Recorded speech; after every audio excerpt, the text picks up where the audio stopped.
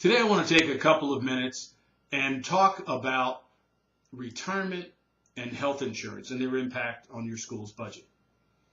Now, there's been a lot in the press over the last few years about the changes, especially the Affordable Care Act.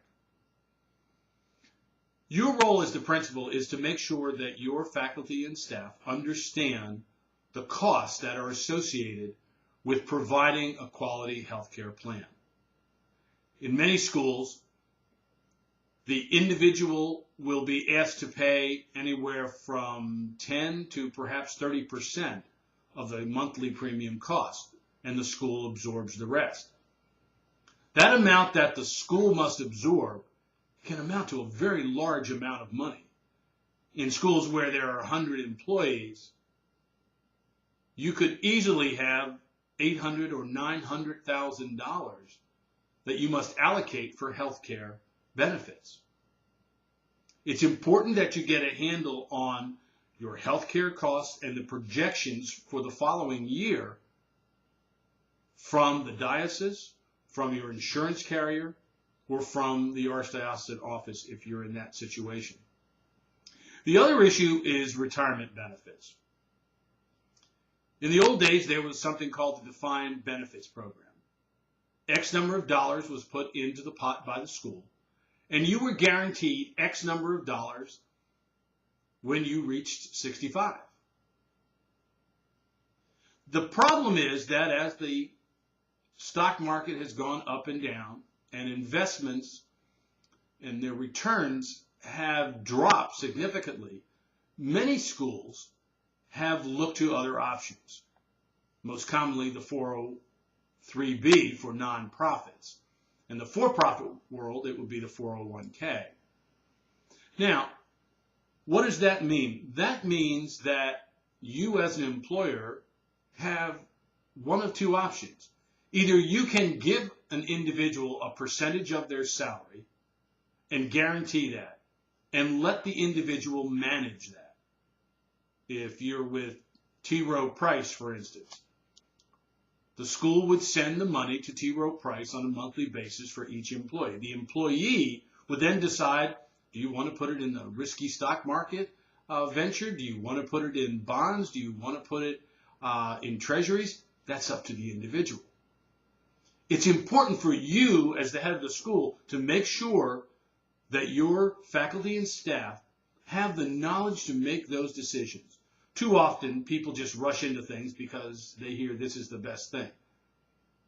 Your job as the head of the school is to make sure that your faculty and staff are educated, bringing in outside people to help them, not necessarily sell them products, but to educate them on what options are available. The choices will be theirs. Now, in some jurisdictions, it's a matching plan. And a matching plan means that the school will contribute 1% of your salary, for instance, if you, as a faculty or staff member, put in 1% of your salary.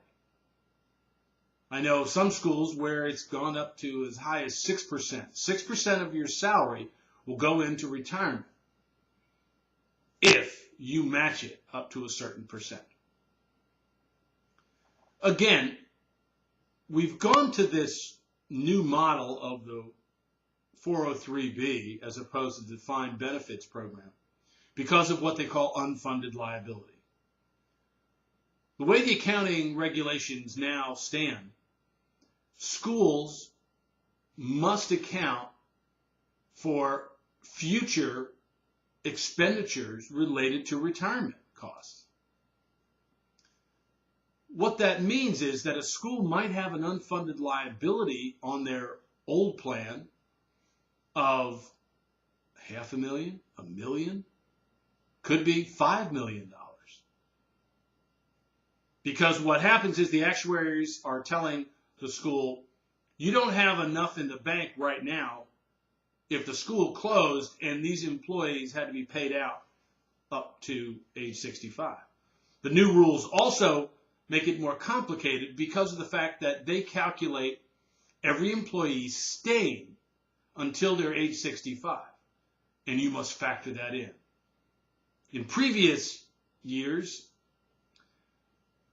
you only had to account for a percentage of those. Those rules have now changed.